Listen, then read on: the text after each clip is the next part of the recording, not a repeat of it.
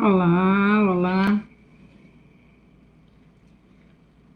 Não sabemos o que houve com o evangelho anterior, mas estamos retornando. Vamos fazer novamente, sem problemas. Sejam todos bem-vindos. Hoje a leitura foi sobre o item 5 do evangelho, sobre o capítulo 5, Bem-aventurados os aflitos. Item 12 e 13, falando dos motivos da resignação. E aí trouxemos para nós do livro Vivendo o Evangelho, uma psicografia de Antônio Baduy Filho, pelo espírito André Luiz, que nos diz assim sobre esse capítulo 5, item 12. Enfermidade dolorosa, trate-se e não acuse a providência. Conflito íntimo, aceite-se e não cultive amargura. Convivência difícil, melhore-se e não culpe os outros. Casamento atribulado, entenda e não complique as coisas. Parentela descontrolada, ajude e não se entregue a cobranças. Filho rebelde, aconselhe e não se renda à agressão. Pais exigentes, tolere e não fuja ao respeito. Fracassos repetidos, prossiga e não perca o equilíbrio. Vida apertada, trabalhe e não alimente a inveja. Morte inesperada na família, conserve a fé e não se revolte. Estas situações causam dor e desconforto, mas é preciso lembrar que a vida atual é acerto de contas com o passado. A aflição de hoje é o resgate do débito de ontem. Compreenda, pois, com a doutrina espírita, o propósito da experiência no corpo físico e, aprimorando-se à luz do Evangelho, pague sem reclamar, porque o sofrimento resignado dá direito a desconto na dívida. Contudo, aquele que paga sob protesto, insurgindo-se contra a bondade de Deus, sofre as penalidades da insubmissão e contrai novo débito, permanecendo mais tempo no cadastro dos inadimplentes. Então, nos aconselha o Evangelho que a gente não reclame. E diz assim o Evangelho, capítulo 5, item 12. Motivos de resignação. Por estas palavras, bem-aventurados os aflitos, por serão consolados, Jesus indica ao mesmo tempo a compensação que espera os que sofrem e a resignação que abençoa o sofrimento como o prelúdio da cura. Estas palavras também podem ser assim traduzidas. Deveis considerar-vos felizes por sofrer, porque vossas dores neste mundo são as dívidas de suas faltas passadas, e essas dores, pacientemente suportadas na terra, poupam-vos séculos de sofrimento na vida futura. Deveis, pois, ser felizes. Deus reduz vossa dívida, permitindo-vos liquidá-la presentemente, o que vos assegura a tranquilidade para o futuro.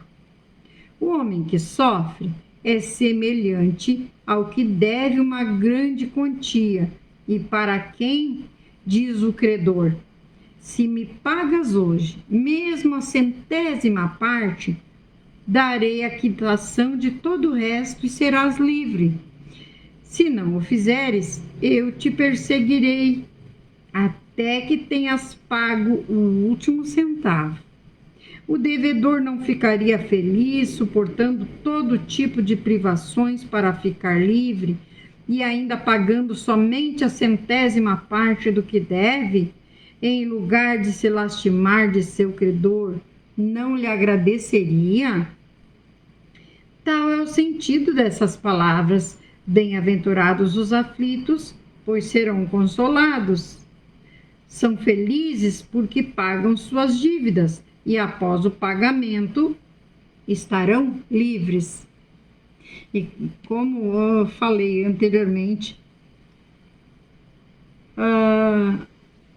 abri um parêntese para compartilhar, para ilustrar a misericórdia de Deus. Quando diz que Ele é misericordioso e que quando a gente não fica lamentando, reclamando, acusando a providência divina pelas nossas dores e sofrimentos, porque sabemos que nós semeamos e agora colhemos. E tudo que estamos semeando agora, com certeza vamos colher. Se não colhermos aqui, vamos colher numa outra encarnação. E tem uma psicografia na internet, aí no YouTube, que conta a história de uma moça que ela desencarnou por Covid, agora na pandemia. E ela vem, através dessa psicografia, ilustrar bem isso da misericórdia de Deus para conosco. Porque quando a gente sofre, aqui o Evangelho diz que devemos nos considerar felizes por sofrermos, e é bem curioso para nós, né? Então, quando a gente começa a compreender essa misericórdia de Deus, aí fica mais tranquilo para nós. E ela vem nos dizer justamente isso, que se caso um familiar nosso desencarnasse pelo vírus, que não reclamássemos, que não ficássemos, né, revoltados com Deus justamente por isso. Porque no caso dela, ela teria que sofrer, não sei os dados corretos, assim, mas se alguém quiser, coloca nos comentários que depois eu passo para vocês o vídeo, que eu até salvei, porque eu já usei em doutrinários, em exposições minhas, que é muito importante isso.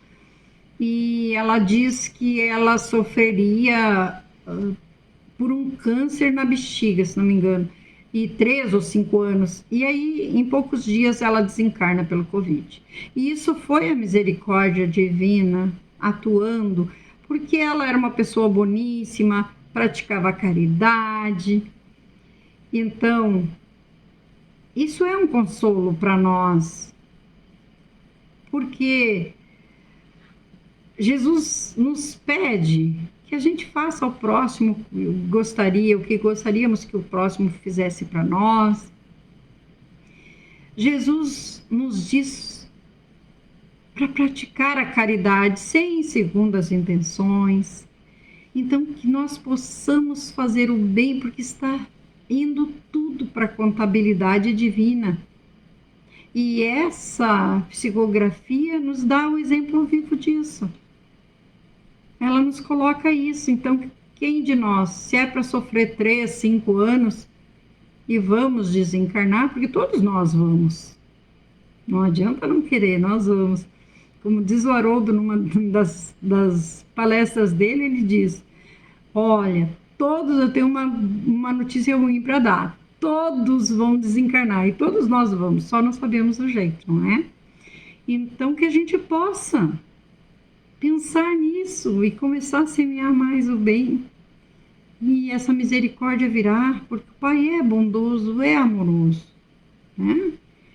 Então, nos diz assim o Evangelho: mas se quitando totalmente de um lado, endivida-se de outro, nunca chegará à libertação. Ora, cada nova falta aumenta a dívida, porque não há uma só delas, seja qual for, que não traga consigo a punição necessária, inevitável. Se não for hoje, será amanhã; se não for nesta vida, será em outra. Entre essas faltas, é preciso colocar em primeiro lugar a falta de submissão à vontade de Deus. Se, portanto, reclama-se nas aflições, não as aceita, né? Não as aceitamos com resignação.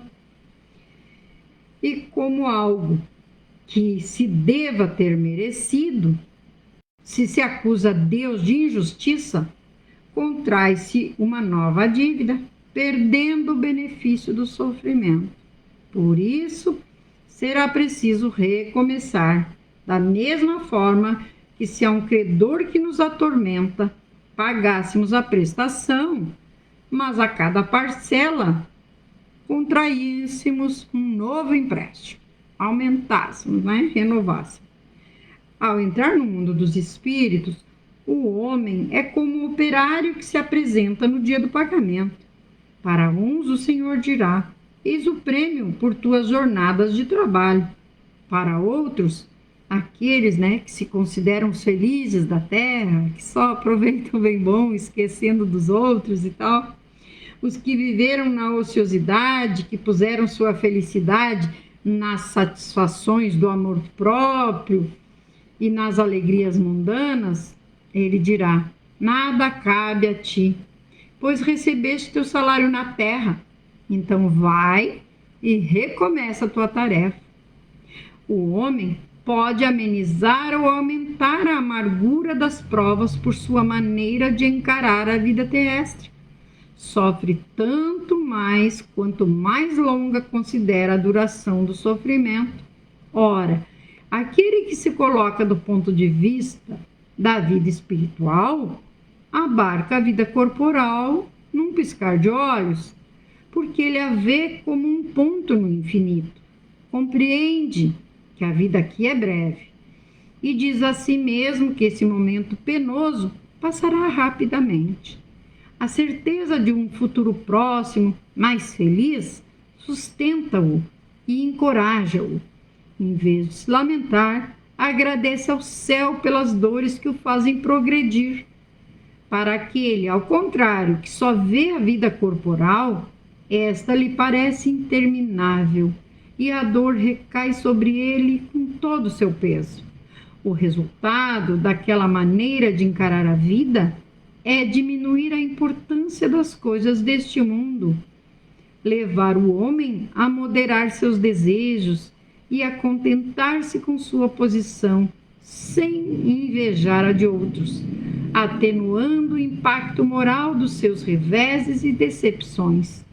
Ele extrai daí uma calma e uma resignação tão úteis à saúde do corpo quanto à saúde da alma, enquanto que pela inveja, pelo ciúme, pela ambição, ele entrega-se voluntariamente à tortura, aumentando as misérias e angústias de sua curta existência.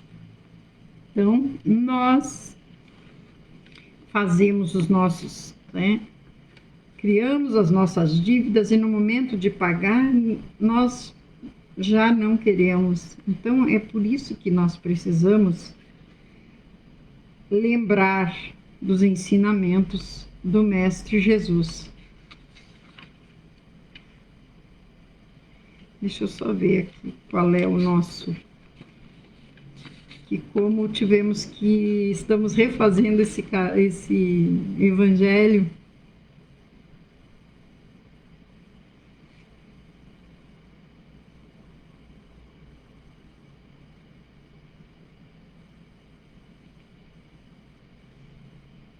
Aqui. Nós vamos ler agora as questões, como a gente sempre lê, do roteiro sistematizado, dos motivos de resignações, que sempre essas questões nos auxiliam. Diz assim: pelas palavras de Jesus, pode-se deduzir que todos os aflitos serão consolados? Não. Somente os que sofrem resignadamente, aceitando a dor, não como castigo, mas como corretivo dos erros do passado. Jesus aponta a compensação que hão de ter os que sofrem e a resignação que leva o padecente a bendizer o sofrimento. É como tomarmos um remédio amargo para ficarmos curados de uma doença. Nós não fazemos isso? Fazemos. De que forma o sofrimento pode ser traduzido por felicidade? Sendo as dores de hoje o resgate de nossas dívidas passadas, o sofrimento constitui forma e oportunidade abençoada de quitação daquelas dívidas. Portanto, é feliz aquele que salda seus débitos com a justiça divina. Maldizer o sofrimento é abdicar o homem do único remédio que lhe permite a reconquista da felicidade. A outra razão para que nos resignemos diante do sofrimento? Sim, o sofrimento resignado permite ainda que apressemos nossa caminhada para Deus. As dores da terra, quando suportadas pacientemente, nos poupam séculos de sofrimentos na vida futura. O sofrimento, quanto mais incisivo, mais evidencia a proximidade da cura, razão suficiente para que o suportemos com resignação. Além do sofrimento resignado, qual a maneira de resgatar mais rapidamente nossos débitos? Agindo em benefício do próximo, seja material, seja moralmente. Aqueles exemplos, aqueles ensinamentos de Jesus sempre, sempre. Vamos fazer ao próximo o que gostaríamos que o próximo nos fizesse. Vamos fazer o bem sem olhar a quem, sem segundas intenções, né? Para ser feliz, não basta o sofrimento resignado, é necessário também o exercício do bem em favor do próximo. E o que ocorre com aquele que não sofre resignadamente? Mostrar-se irresignado com sofrimento é tornar-se insubmisso à vontade de Deus. Aquele que assim age, ao invés de saldar seus débitos, nova dívida contrai, edificando um futuro tormentoso. Porque sem resgatar nossas dívidas, os nossos erros passados, não vai dar certo. É como o aluno reprovou no final do ano, faz de novo, começa tudo de novo, assim nós também. Teremos de recomeçar absolutamente como se a um credor que nos atormente pagássemos de novo por empréstimo. Ou seja, vamos pagando e vamos contraindo nova dívida. A compreensão da vida espiritual alivia o sofrimento? É claro que alivia quando nós ignoramos a vida espiritual, achamos que é só essa vida aqui terrena que conta, como nós pensamos diferente. Sim, a compreensão da vida espiritual alivia o sofrimento, porque aquele que encara a vida terrena sob o prisma da vida espiritual passa a ver o sofrimento como algo passageiro e, portanto, mais suportável. Aquele importa mais o futuro promissor que se avizinha. O homem pode suavizar ou aumentar o amargor de suas provas conforme o modo por que encare a vida terrena. Na prática, como podemos suavizar nossas provações? Moderando nossos desejos, evitando a inveja, o ciúme, a ambição, dando à vida material o valor relativo que lhe é peculiar. Acima de tudo, aceitando-as com resignação e praticando o bem ao próximo. Daí tira ele uma calma e uma resignação tão úteis à saúde do corpo quanto à saúde da alma. Nós precisamos ainda das coisas materiais, nós sabemos disso, para vivermos a nossa vida terrena, mas não podemos dar maior valor a ela, né? A essa, e esquecer da parte espiritual, de fazer o bem.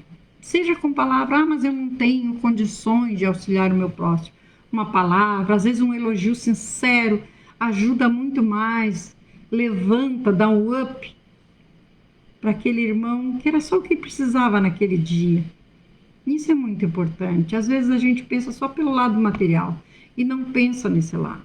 Porque às vezes tem aquele irmão que ele tem condições, mas ele está precisando de uma palavra, de um abraço, de um carinho mesmo, né? Que possamos pensar nisso. Lembrando que temos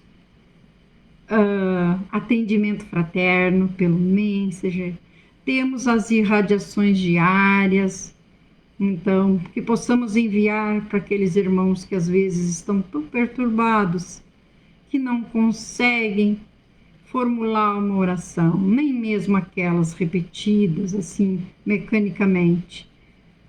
Tal o estado de sofrimento que muitas vezes se encontra, né?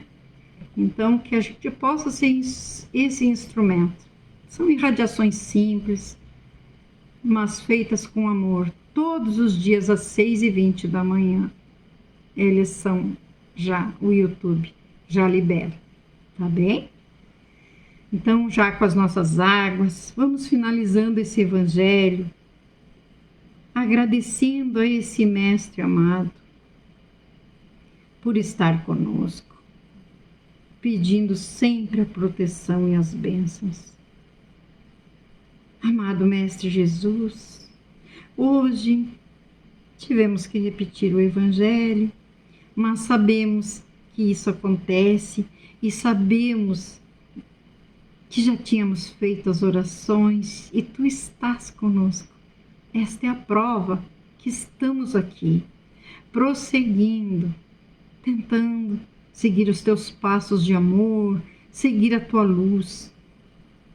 Derrama sobre as nossas águas o medicamento invisível e alcança, Mestre Jesus, a todos os irmãos, aqueles que porventura ainda não te conhecem, aqueles que estão sofrendo por ansiedade, que sofrem, sabemos, por coisas do futuro que ainda não chegaram, que possam usar o medicamento da medicina, do médico, mas concomitantemente a oração que está ao alcance de todos nós.